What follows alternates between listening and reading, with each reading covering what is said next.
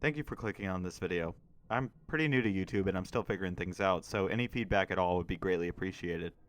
I have some plans for this channel in the works, but they require that I make at least a few more videos before I can get started with them.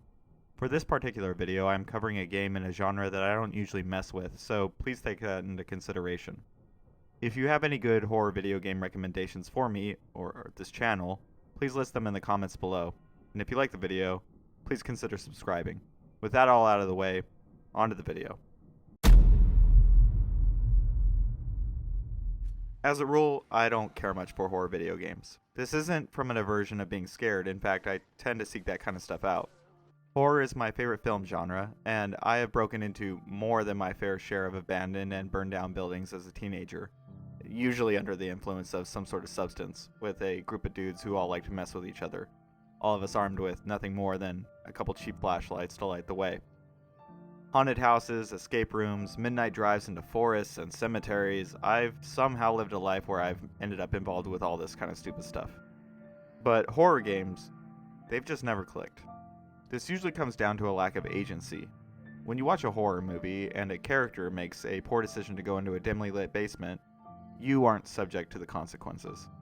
It is entertaining to see what comes of the stupidity, and depending on how well it's done, it can elicit either dread or, in more cases than not, comedy. They're eating her! And then they're going to eat me! Oh my god! Going into abandoned buildings is like that too, except when something does scare you, or the dread just starts to amp up to a level where you can't handle it anymore, you can always run away and go back to the comfort of your own normal life, and then discuss who chickened out first with your friends. In those instances, the act of being scared off is actually part of the fun. Video games, however, have always had this tricky situation where the level of dread is baked in, but you are required to make the bad decisions. When a door creaks open by itself, you don't make the choice to walk in, if it's required by the plot. You do make the choice to keep playing. If a door creaks open, you don't have the choice to act like yourself and say, fuck that, I'm gonna find another way out, and then break out of a window. Typically, you have to go in through the door just to have it slam right behind you, and only hours later will you find some sort of cryptic key to open it up again. I've tried a few horror games over the years, with mixed results. Out of the ones that I have tried, very few of them belong to the survival horror genre. I just have never been drawn to the clunky mechanics, chase and hide sections, resource management, and archaic puzzle design, with the last two being the real deal breakers. When you're trying to figure out the lay of the land in something like Resident Evil 7, the atmosphere that had been so carefully laid on, it just sort of starts to crumble by the third time that your search for a puzzle item has been interrupted by having to run to a nearby safe room just because Jack has seemingly teleported your location again, or crashed through another wall like the Kool-Aid Man. Oh yeah! And worse, having to hide from a stalker in something like Outlast just to wait for the bad guy to leave, and then moments later just be spotted again and have to repeat the process. These things are not scary at all to me. At all. They're just annoying, and all of the atmosphere just starts dissipating when this happens. There's no immersion at this point. These enemies cannot hurt you, they cannot follow you home, and when they do kill you in-game, it is rarely satisfying. Usually the screen just shakes and something screams in your face. I understand that people love these types of games, and I'm all for it. If this is your thing, I am not trying to change your opinion. They've just never worked for me. Games that have worked for me have always been a little bit more on the action side. Scary and thick atmosphere is great, but having to repeat sections because you didn't know where you were going and you got killed in one hit, not so much. The list of horror-themed games that I have enjoyed is short. Alan Wake, BioShock, both condemned games, The Darkness, Deadly Premonition, Onimusha Warlords, even though that is really just a hack and slash version of Resident Evil, and Shadows of the Damned. None of those games are horror, really. They all can be thrown into another genre, and horror is definitely not the focus, with Condemned being the closest thing to a real horror game in that list. In all of those titles, the atmosphere is carefully crafted, but by getting rid of concepts such as one-touch deaths and prolonged hiding sequences, I found that I was able to get back to the world building and immersion without having to repeat sequences. But my opinion may have changed recently after a close friend kept recommending Sad Square Studios' Visage.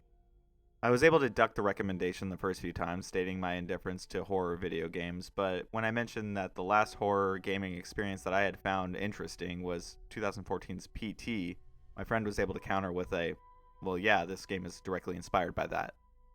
PT was obviously a landmark moment in the PlayStation 4's lifetime. It was innovative, immersive as hell, and visually it seemed almost impossible what they were doing. Everyone is scared of different things in this world. For me, it's the uncanny. The feeling of something not being right, but just not being able to place it. Something that seems to have moved, but you can't be sure if this was something you had done absentmindedly or if someone or something else had done it for you. A place that you're supposed to be comfortable in suddenly being made unfamiliar. It fucks with my head, and PT is that incarnate. But with this playable teaser going ultimately nowhere, this recommendation of Visage held some extra weight.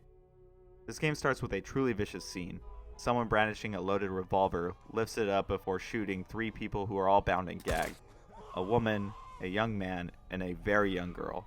Then whoever this is we're viewing the scene from turns the weapon on themselves.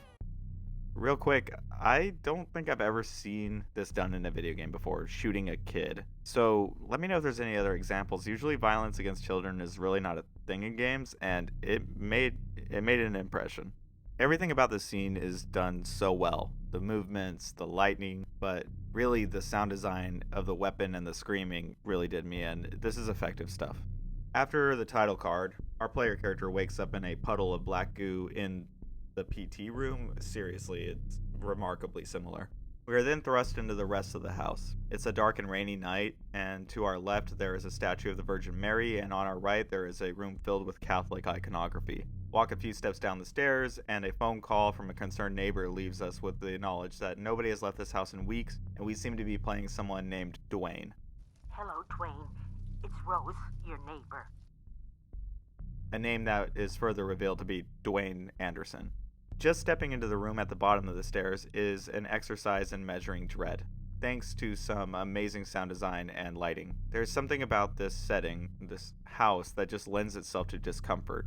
And I think it's so normal. This house looks lived in, clothing is strewn on the floors, bookshelves are packed haphazardly, and the kitchen is littered with the random things that you would expect to find in a standard family household. But quickly it becomes apparent that this is not a happy house. Bloody handprints on the blinds, empty beer cans and full ashtrays in the TV room, and a broken mirror in the bathroom all start to sell the fact that something bad has happened here, and given the intro, it's safe to assume it got as bad as things can get. Those little details are really what pulled me into this game. Similar to something like Gone Home, which used its space to tell a story about a family at a turbulent time in their lives, Visage does so much with its space to constantly engage the player in a sort of decryptomania, where the draw of Visage becomes about figuring out not only about the people who lived in this house, but the nature of the house itself. Not long into exploring the Anderson residence, you are confronted with evidence of the paranormal. Lights going out and light bulbs bursting, the radio turning on by itself, a grandfather clock chiming at the worst possible moments, and all of the clocks permanently displaying the time of 3:33 a.m. You are made aware by Tooltip that staying in the dark can have a deleterious effect on your sanity, so exploration always feels tense whenever you enter a dark room, and have to frantically feel along the walls to locate a light switch, some of which will snap off as soon as you've turned them on.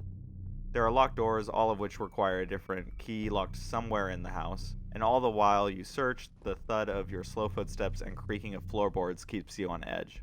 Eventually you stumble upon one of 3 objects in the game that, upon interacting with, triggers one of 3 stories about the different people who've lived in this house before the Anderson family. Each of these can be tackled in whichever order you choose. I'm going to take this time real quick to say that from this point on in the video, there's going to be spoilers for the entire game. The entire game. So consider yourself warned. For my playthrough, I grabbed a key with a mirror on it, as I was trying to gain access to as much of the house as I could early on, and I ended up initiating Dolores' chapter. The key leads you into a room with something being covered by a sheet. Lifting the sheet shows that this is a full-length mirror, and after leaving the room, you find that the mirror itself has moved. This is when the game really starts to mess with you. From this point on, the house actually starts to feel properly haunted. Between ghostly objects, apparitions, and a thumping in the attic, the dread evolves into proper horror and eventually culminates in a jumbled, metaphor-heavy retelling of what happened to Dolores, her husband, George, and their newborn baby. The narrative that unfolds is a tragic story of loss, a descent into mental illness, and the tragedy that befell the entire family. As the story is revealed, Dolores herself eventually starts haunting the house, and the first time you hear her or see her, it is legitimately terrifying. But luckily, unlike other horror games, all it usually takes is slamming a door behind you or running far enough away to ditch the threat. Usually there's a music cue that lets you know you've been successful. Every chapter has a threat like this, and there are a few situations, such as the power being cut or specific scenes where the game can veer into slightly annoying territory, but fortunately, this game is pretty consistent. Even if the encounters themselves seem to be random, I never found myself in those annoying Outlast situations where I was constantly going from one hiding place to another.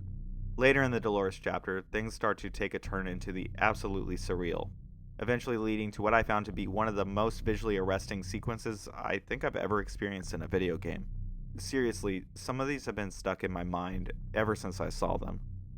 In short, we learn that Dolores started suffering from some sort of dementia, psychosis, and paranoia. Eventually, her paranoia convinced Dolores that her husband was trying to poison her, resulting in her savagely stabbing her husband 7 times with 7 different knives before ending her own life by hanging. After completing a chapter, the progress room, the one that I had mentioned earlier, with all of the Catholic iconography, fills with a symbol denoting a chapter has been completed. In Dolores' case, it's a handheld mirror. The second chapter for my playthrough was Lucy's, a little girl that lived in the house prior to the Andersons. As the narrative unfolds, the player discovers that Lucy started talking to a voice in the TV, one that she called Friend. This chapter wears its references from things like The Ring, Poltergeist, and even Fatal Frame on its sleeve.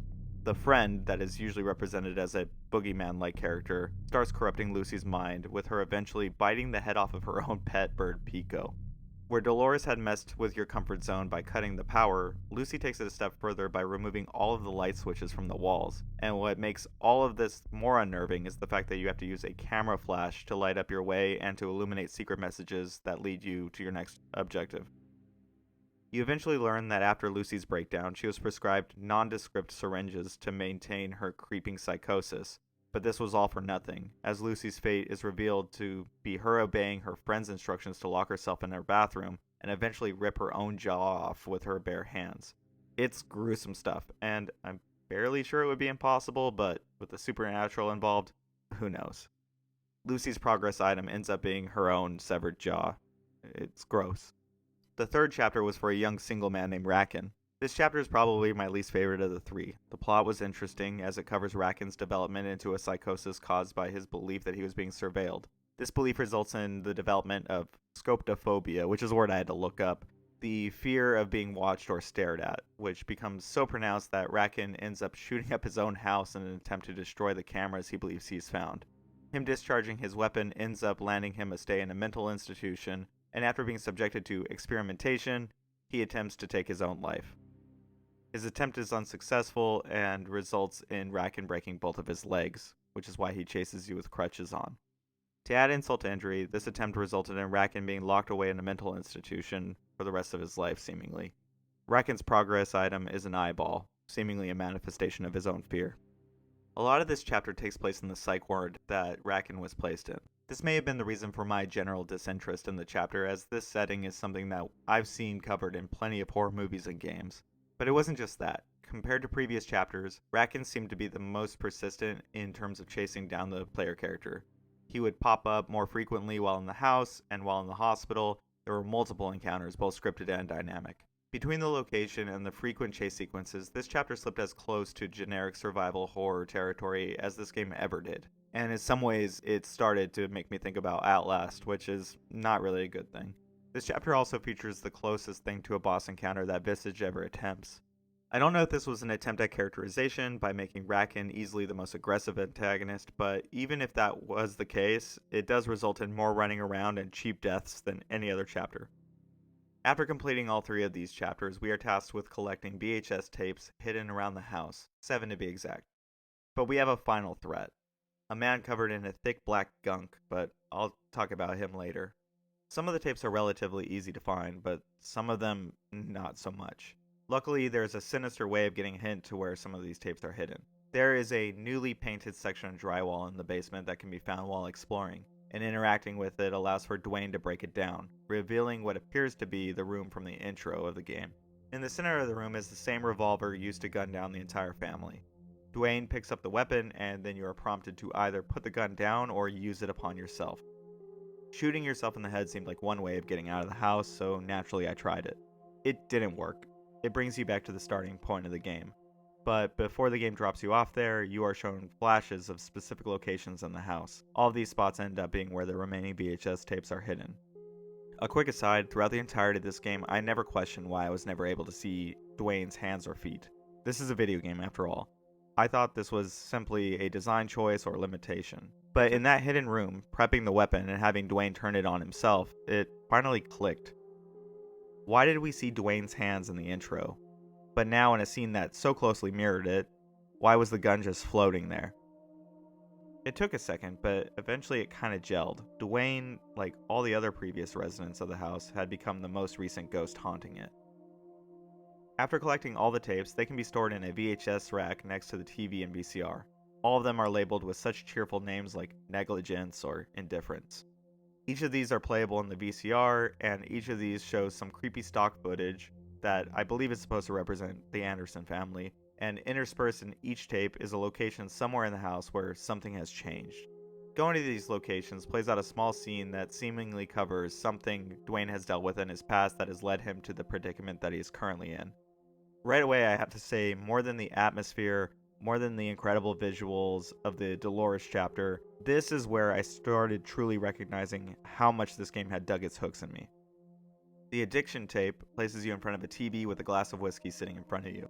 A plague doctor on the TV taunts you about your drinking and asks you about when your habit formed.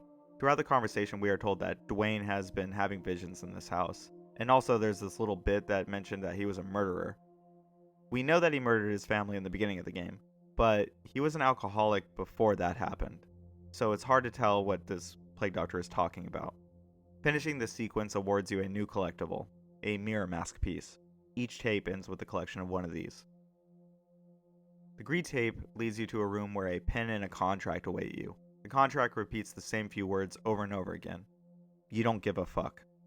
Signing it opens a door behind you where a mass of faceless people are surrounding something. In the center of the mass you will find a second mirror piece covering the beheaded Pico, the bird from Lucy's chapter. Grabbing it triggers a scene where the faceless group turns to attack you. Negligence leads Dwayne to my favorite vignette. A scene where you're pushing a shopping cart down a grocery aisle, completely stacking it with cases of beer, all the while the clerk of the supermarket lazily tells you to buy all you can drink over the intercom. No reason not to.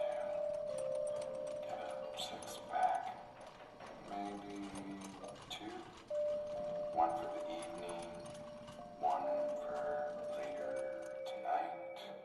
You return home in front of the TV again, but this time, as you drink, your wife and your child plead with you off-screen to stop wasting away, to come back and be a part of the family again.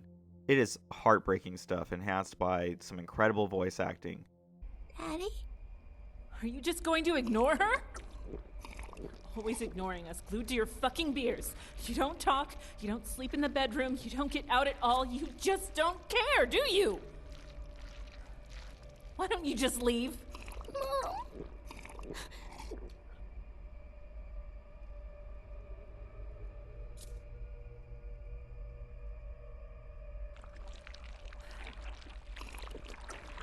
Why are you like that?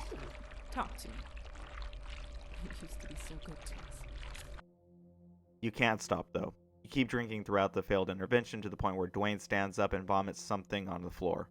It's our third mask piece. Indifference is the big one. We are eventually placed in front of a door that is locked many times over. This door should be quite familiar to anyone playing the game by this point. It is the image from the load screen. Directly in front of the door is a table with a bunch of different pills. Taking them unlocks a single lock at a time. Eventually they all lock up again until you confront a few things behind other doors in the hallway. Once all of the locks are off the door, you find yourself in a hallway with a bunch of negative emotions. And the hallway breaks down into a BioShock Infinite themed hellscape, complete with countless faceless people in anguish. You make your way to the lighthouse in the distance where Dwayne is confronted by the plague doctor again. He informs you that this is your domain. Welcome to your domain! I was waiting for you impatiently. What? You told me this isn't your domain? Nonsense! It's the fruit of your hard labor. Can't you see how everyone enjoys their time here? It's all thanks to you they have this newfound home. How fulfilled they all seem. Some of them might look a little lost, I concur, but what of it? They have a place to be for all of eternity. How delightful for them, courtesy of Dwayne Anderson. The dead will whisper tales of your achievements, and you will be remembered forever. Now, up you go, chap. Go have a look at your masterpiece. By going further up into the lighthouse, you end up back in the basement of your house on the floor as a pill bottle rolls in front of Dwayne, with his wife pleading to understand what has happened to him and who has prescribed these pills to him, before the whole scene takes a turn for the worse. That, you know? I'm only with you because you have money. It's probably blood money, but I don't care. I don't care about you. If you want to die, I'll happily oblige. It's important to note that when Dwayne's wife and family started tearing into him, the voice is double-tracked with a male voice, and I believe this is clearly Dwayne's own fucked-up commentary. Pride leads Dwayne back into a lab, and this one was especially interesting for me for two reasons. I spend most of my work week in a lab that doesn't look too different from what is shown here. And with that being said, my eyes were immediately drawn to the large poster with the chemical structure on it. This structure is known as lysergic acid diethylamide, or LSD for short. The second thing I found interesting was the staff list. I had originally mistaken it for a chain of custody form, but found that it was a time card, and wouldn't you know it, our main character's name is on it in plain English, as well as his start date of April 1952. The lab fills with poisonous gas from the moment that you enter it, so I didn't get a chance to read all the other documents scattered around, but after breaking through a wall, you leave the lab and you are returned back to the house. Prison was one that I'm not sure I was able to glean any real meaning from. It places you down in a shifting part of the basement, and you have to break down walls with a sledgehammer before you are able to break down the bricked-off exit door. The man covered in gunk seems to be present in this chapter, but I couldn't tell if this was directly tied to his experience or if this was just a result of him being loose in the house. One of the walls you break down has a speaker box spouting off what I think were just random phrases. One has what looked to be a hospital bed, and the other had a pretty cool Shining reference, but that was all I was able to make of this particular chapter. Affliction places Dwayne in a water treatment plant, and this was the chapter where we finally learned the identity of the gunk-covered man. His name is Lewis Taylor, and he's the operator of the Riversdale water treatment plant. Outside of his locker is the same oily substance. This chapter ends with Dwayne walking up to a well near a tree with what has to be the shiniest apple I've ever seen in my life. This whole scene is entirely metaphorical, but here's my take at the moment.